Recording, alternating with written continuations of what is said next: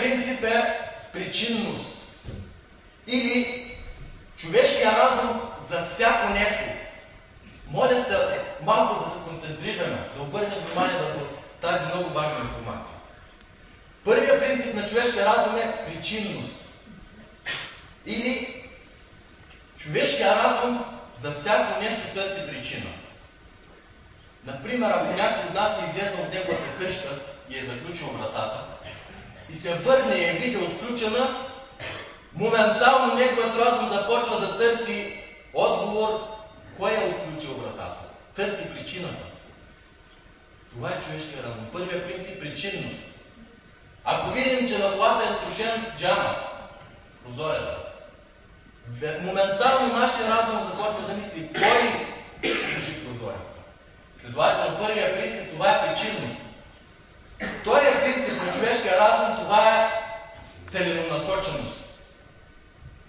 Или човешкия разум за всяко нещо търси цел. Тази трибуна за кой е създадена, каква е целенасочеността, да се говори на нея. Този микрофон за кой е създаден, за да увеличава звука, за да се говори на него. Този мимбер за какво е създаден, каква е неговата цел, да се прави мимбер.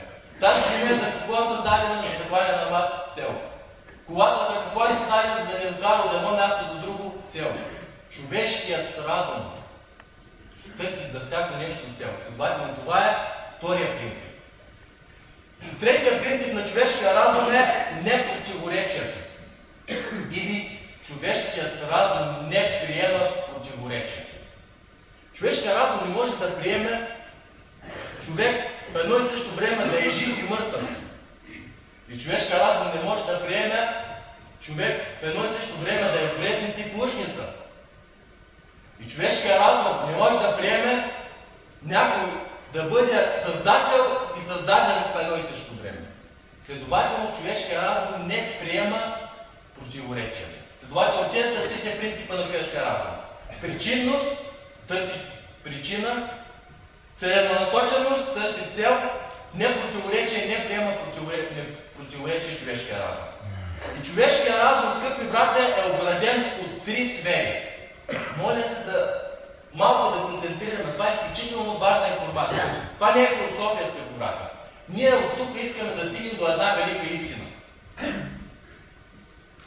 Човешкият разум е обграден от три сфери. Първата сфера, това е сферата на осъзнанието. Или осъзнанието, това е сферата, в която ние виждаме причината, виждаме и следствията. Виждаме огъня, който е причината, и виждаме дима, който е следствията. Как достигаме до тази сфера? Или кое е средството за схващане на тази сфера? Това са нашите рецептори. Слух, зрение, обоняние. Чрез това нещо ние достигаме до сферата на осезаемото. Как виждаме огъня? С нашите очи. Как помирисва, като има някаква миризма, с нашите обоняния. Следователно, в тази сфера, как ние достигаме до това, че тя има с нашите рецептори? Добре. Това е първата сфера. Втората сфера, около човешкия разум, това е сферата на разумното. Или това е сферата, в която виждаме следствието, но не виждаме причината. Тук искам малко да акцентираме. Виждаме следствието, но не виждаме причината. Или виждаме дим, но не виждаме огън. Виждаме стъпците, но не виждаме минувача. Виждаме детето, но не виждаме бащата. Следователно, в тази сфера, средството, с което ние достигаме до причината, това е нашия разум. Това е сферата на разума. Не виждаш огъня, но виждаш дима. Следователно казваш, непременно има огън, няма един без огън. Това нашите хора викат, той за да се чува нещо, има нещо. Тоест няма дим без огън. Казват нашите хора това. Следователно, скъпи братя, с разума достигаме до тази сфера. Затова един бедуинец, когато ходеше по пустинята и видя стъпки на керван, погледна към стъпките и каза: непременно от тук е минал керван, който оставил тези стъпки. След това се обърна към небесата и видя тези безбройни звезди. И каза: непременно тези звезди и тази вселена има създател, това Аллах азза ва джал. Защото непременно човешкият разум търси, не му е нужно да види причината, нужно му е да види следствието. Затова онези, които казват: кой го е видял Аллах? Това е глупав въпрос. Това е противоречив въпрос на разума. Не ни трябва да видим Аллах. Трябва ли да видим Неговото владение? Трябва ли да видим Неговата вселена? Трябва да видим Неговото величие, изразено в Неговите създания. Затова в Съветския съюз, когато един учител застана в класната стая да проповядва атеистичната идеология, комунистическата идеология, че няма Бог, че всичко е случайно, материя, няма такива работи, застана пред класната стая пред учениците и каза: драги ученици, виждате ли тази маса? Казаха: да, виждаме. Значи тя съществува. Виждате ли дъската? Виждаме. Значи тя съществува. Виждате ли дебешира? Казах: да, виждаме го. Значи той съществува. Виждате ли Аллах? Казаха: не го виждаме. Значи той не съществува. Тогава стана един ученик и каза: уважаеми ученици, колеги, виждате ли акъла на нашия учител? Не го вижда. Значи той няма акъл. Той няма акъл. Защото този ученик, който беше в 4-ти клас, беше по-умен, по-разумен от цялата свита комунистически идеолози, като Маркс, като Енгелс, като Ленин, като Сталин, които проповядваха, че няма Бог. Защото това е глупост да отричаш Бог, да отричаш Аллах, да отричаш Създател на световете, а ти виждаш неговите следи обсипани в цялата вселена. Затова втората сфера е сферата на разумното. Не ни трябва да видим Аллах. Трябва ли да видим неговите следи? Трябва да погледнем към неговите създания, 100% ще се убедим, че има Създател. Третата сфера, която е ограден човешкия разум, това е сферата на неведомото. Какво е неведомото? Неведомото, това е, не виждаме нито причината, нито следствието. Няма причина, няма следствие. Или това е далечното минало, което минало и няма нито следствие, нито причина. И това е бъдещето, което ни очаква. И живота след смъртта. Как ние достигаме до да сванем неведомото? Чрез достоверна информация, вдъхновение от Аллах.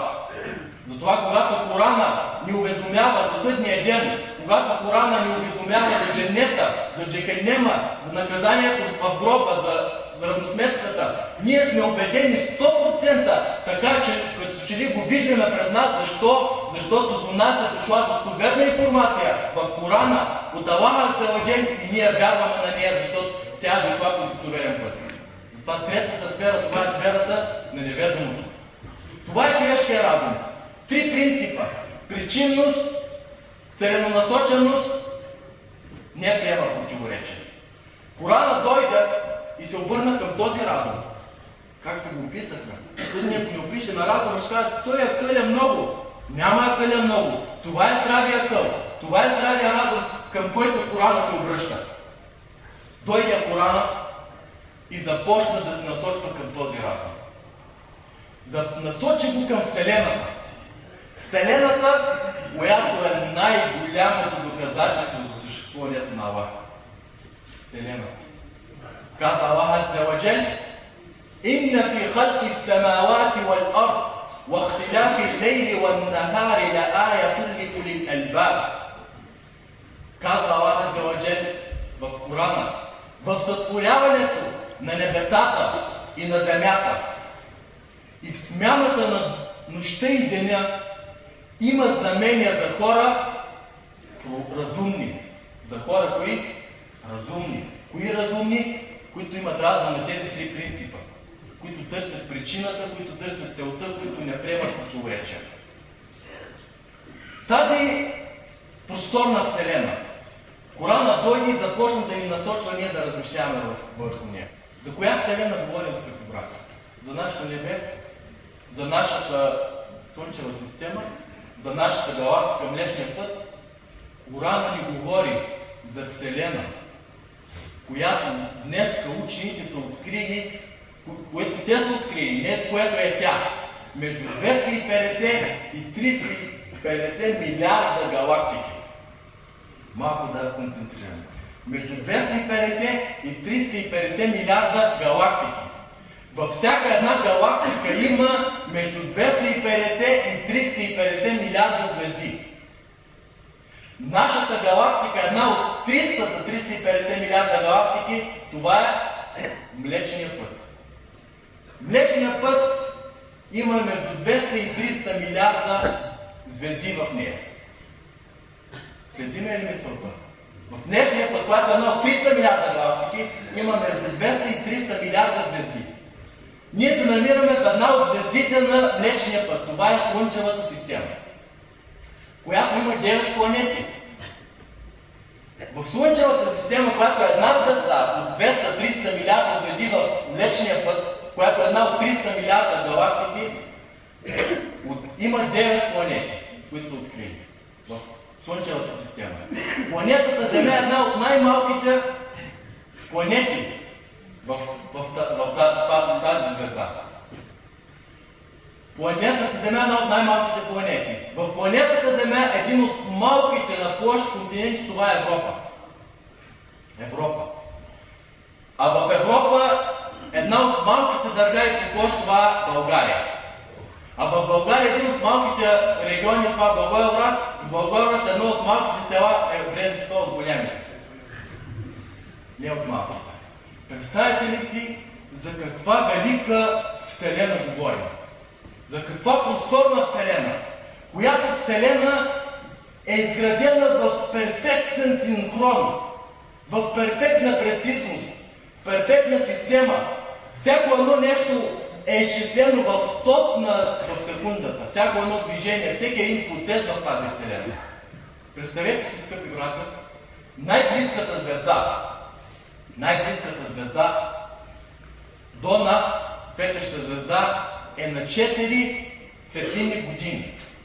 Най-близката звезда е на 4 светлинни години. Както знаем, светлинните години се изчисляват според скоростта на светлината. Скоростта на светлината в една секунда е 300 000 км в час. 300 000 км в час. Ако искаме да достигнем до тази звезда, която е най-близката на 4 светлинни години, с едно земно превозно средство на 300 км в час посадна, ще стигнем за 50 милиона години. 50 милиона години!